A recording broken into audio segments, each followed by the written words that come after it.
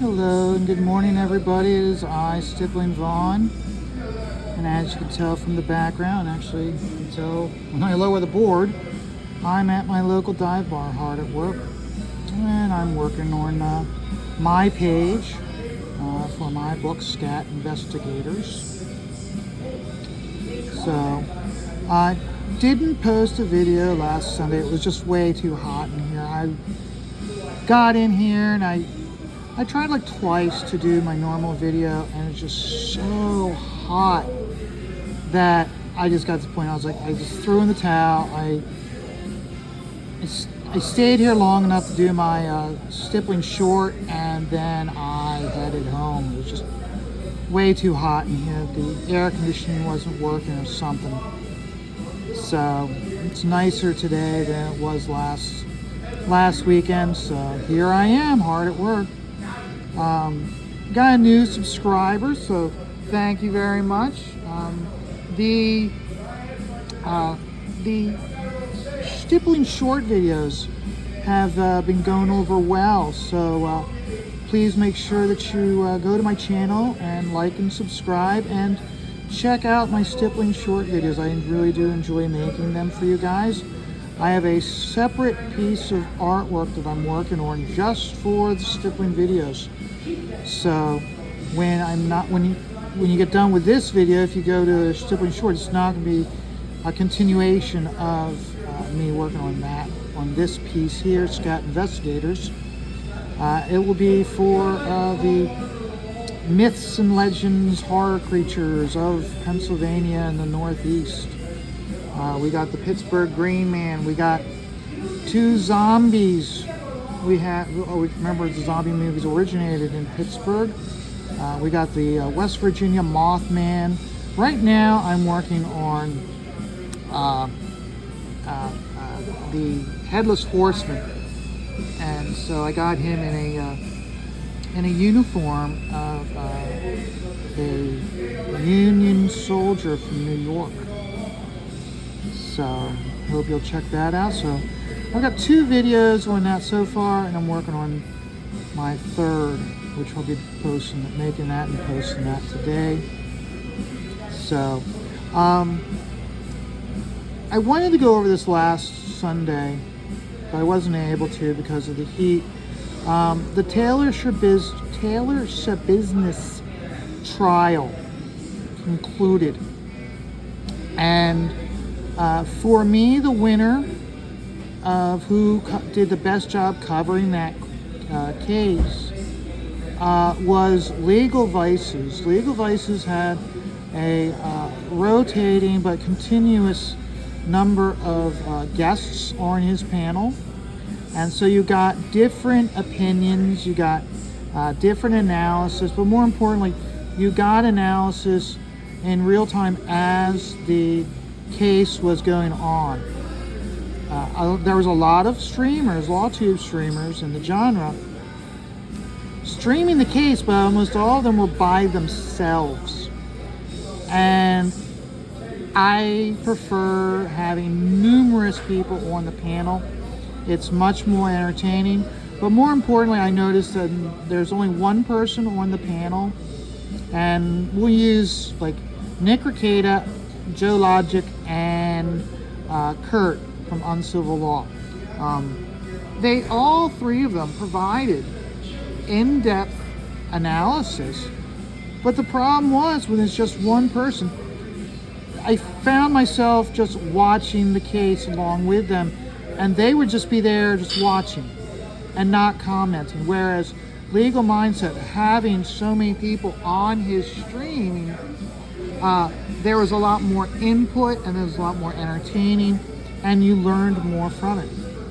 From him doing that case and having multiple people on his stream, I discovered a new LawTube streamer. It is LMS Law Show, and he is like, why he is doing the started streaming was because of that shooting incident in, I think it was Chicago or Detroit, I can't remember which, where his parents had bought the gun. and where the state is now trying to hold the parents responsible for holding him responsible for the shooting. Now, what's interesting is he pleaded guilty. So because he's a minor, they can't just give him life without parole. They had to actually have a case and have witnesses. So the prosecution, the state, they are arguing that he should have life in prison without parole. The defense is arguing that he should be given a lesser sentence so he has the opportunity to be rehabilitated to re-enter society. And that case is going to be a big case when the parents go to trial, because a lot of these officers and anybody who's testifying during this case for the child, their testimony is locked in for the parents' trial. So where the police officers were stating it one way to try to deflect blame away from the child, now, or I should say, placing direct blame on the child, they're locked in with their testimony that they can't turn around and give you a completely different story for holding the parents responsible. So it's going to be a very interesting trial, as one person stated, how apparently there's legislation possibly being created because of this incident, but how long before that law is then going to be utilized against minorities in the city by holding their parents responsible because their son is a gangbanger. So I found that very interesting. This is the reason why I want to have, why I enjoy LawTube trials, is because you learn about the law, you learn about upcoming case law, you learn about how these cases were argued in the past, and many times how the defense or the prosecution is manipulating the laws on the books already for their side of the argument. Again, and as it's always reported by Nick is big on this, is how the entire purpose of the prosecution, for specifically the state, is to not presume their guilt, but to provide the facts and allow the facts to determine if a person is guilty or innocent. So I find that always very entertaining when Nick is challenging how someone is responding to their questions, how they'll ask a question, maybe the lawyer will ask a question, and the person answering, because they're complete, it's fighting, it's the answer they need to give will go against their narrative of how they believe it should go. How they won't answer with a yes/no answer. They'll try to manipulate it, and it's a simple yes/no answer. Just give me a yes, give me a no. It's not your job. Is to provide the evidence. If you're a witness, your job is not to be the key person that determines the fate of the person that's on trial. So, like I said, I always find it very interesting. And like I said, the best thing about Legal Vice is he introduced me to a new LawTuber who I'm definitely going to be checking out more often, specifically as he goes over this case. And a short shout out again, I did this last Saturday, to I know her hashtag is at Rainy Legal. She once again was on with that, and she's, the way I understand it, she's not a lawyer yet. She's like a legal assistant or legal defendant, but she's not actually a lawyer yet. And girl, first of all, again, I thank you so much for speaking out against your therapist that you had and how they are pushing their agenda on you and how you are calling them out on it. And they're basically, their feelings are more important than yours, which goes against what their profession is for. But girl, your background is particle board. I know you've never been to a Walmart, which means you've probably never been to a dollar store. Okay, please, look on Amazon. Find yourself a nice big framed shot of pretty ponies, a nice cityscape, wrapping paper. Put something up to cover up that particle board. It drives me. I mean, I'm a visual person. Okay, so obviously the optics affect the information being provided to me. Okay, please, it's a part. It looks like you're in your. It looks like you're redoing your house and you're streaming from your basement. Please, please, please. At least buy some wrapping paper. Buy some bright red wrapping paper. It can be utilized for almost any holiday, and put it up behind you, please. Or get some paint, get some white paint, and throw some paint up over that particle board. It drives me batty when I see that. And instead of listening to the content of you and the other people that you're streaming with, I'm screaming, put up some wrapping paper. I can't stand the particle board. So, and this is all in jest, of course, but still, no, seriously, please. Optics are important. You provide great content. You want us focused on you, not on your background. Like now with Legal Vices, he's got, with him being over in Korea, and yeah, he's got the Godzilla stuff up, and he's got stuff of interest. He's got a nice backdrop which reinforces who he is. The particle board just isn't doing it for me, girl. So, moving on from the law to one last thing. A shout out during the Taylor Shabusiness trial.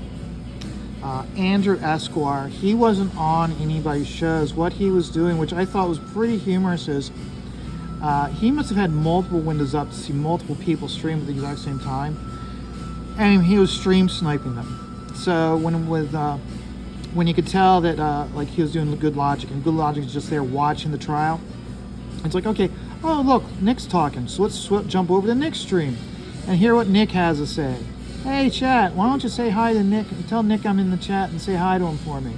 I mean, he just did that through everybody to the point where towards the end of the week, whenever he'd hop on Joe Logic's stream, Joe knew, and Joe would start shouting at him through his stream, even though they couldn't hear each other, even though he didn't know what Andrew was saying, he's still shouting out at him, and it made it very entertaining. So a shout out goes to Andrew Esquire, Legal Mindset, with how he covered it. I found it quite unique the way he did it. It was very humorous.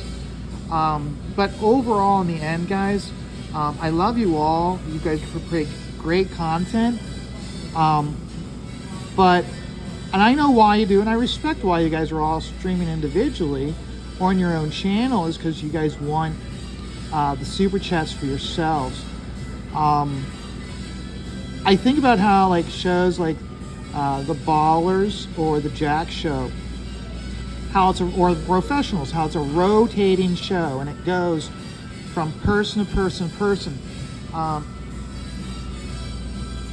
I think you guys are stronger together than apart, and if you guys could work something out, so on Monday it's on Kurt's show, Tuesday it's on Joe's show, Wednesday it's on Nick's show, Thursday it's on Legal Vices show, Friday it's on Andrew Esquire show, Legal Mindset.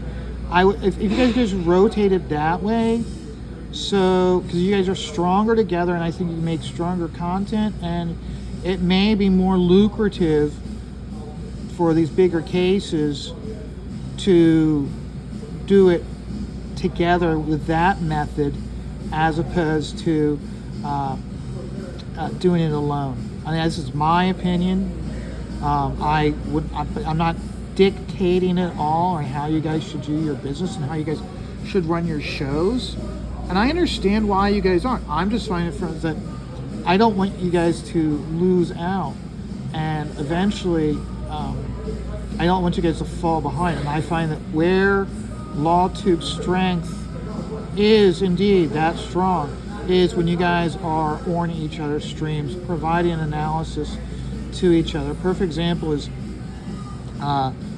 Kurt is so knowledgeable with constitutional law, and he can really get in there and really provide insight. But he doesn't have... Kurt is at his best when he is streaming with others. So whether Kurt needs to get other people to be on his show, or he needs to start spending like 2 days of a trial stream on someone else's show, I think, like I said, I'm just going by my opinion. I think some of these guys do better in groups than individually. I know I myself, I do much better when I'm on the chat communicating with other people than when I do my streams by myself. So I would definitely encourage that type of streaming that way. So, but I mean, Taylor Shabusiness, that was a very interesting case. I mean, Taylor Shabusiness, honestly, that's what the Darrell Brooks case should have been. But Darrell Brooks decided to represent himself and pulled that sovereign citizen bullshit, which just made a mockery of the case. It should have been a quick in and out case, which is what Taylor Shabusiness was. Taylor Shabusiness, she wasn't able to. She didn't take the stand. I'm glad she didn't take the stand. But when it came time for taking the stand for criminally insane, I kind of think, yeah, she kind of did miss out, and she should have used that opportunity to take the stand, to at that point at least plead the case. She may have been able to get the plea deal for insanity, but she didn't. And that was much more. Remember when the Darrell Brooks case started, they said, oh, this is just an exercise in the law, and that an exercise in the law, and that you must be represented by you must have representation, or if you represent yourself. But it's just an exercise in the law to make certain a person gets a fair trial. And it would have been if he hadn't made a mockery of the whole thing. So Taylor Shabusiness, that was a complete different scenario. She didn't interfere. There was a preliminary hearing where she attacked her legal representative, but in the actual case itself, she was very subdued. Her lawyer really didn't do that good of a job at all. Even if all this, because this is my thing, is that if you are a lawyer and you've been assigned a case, okay, whether you look and go, shit, this person's guilty no matter what I say, it's still your job to present the information, to show that you got to have passion to present the information, because I mean that's going to determine, because in many ways, especially now with social media and these cases being streamed for everybody to see and broadcast from TV for everybody to see, okay, you're essentially, not only are you representing your client, you're representing yourself with future income. Think about it. If you go to look to a new law firm, and if you go to apply to a law firm and they bring up that case and they go, well, look, you didn't really do anything. You didn't show any passion whatsoever in this case. It doesn't matter whether she was definitely guilty, it's not. It's your job to represent them. And he just barely did. If anything, the way he presented the information, he did everything to assist the prosecution. And so you think about it, if you're a law firm and you represent individuals where it's like, yeah, we know this person's guilty, but who are being paid to represent them and to do everything we can to get them off legally within the law.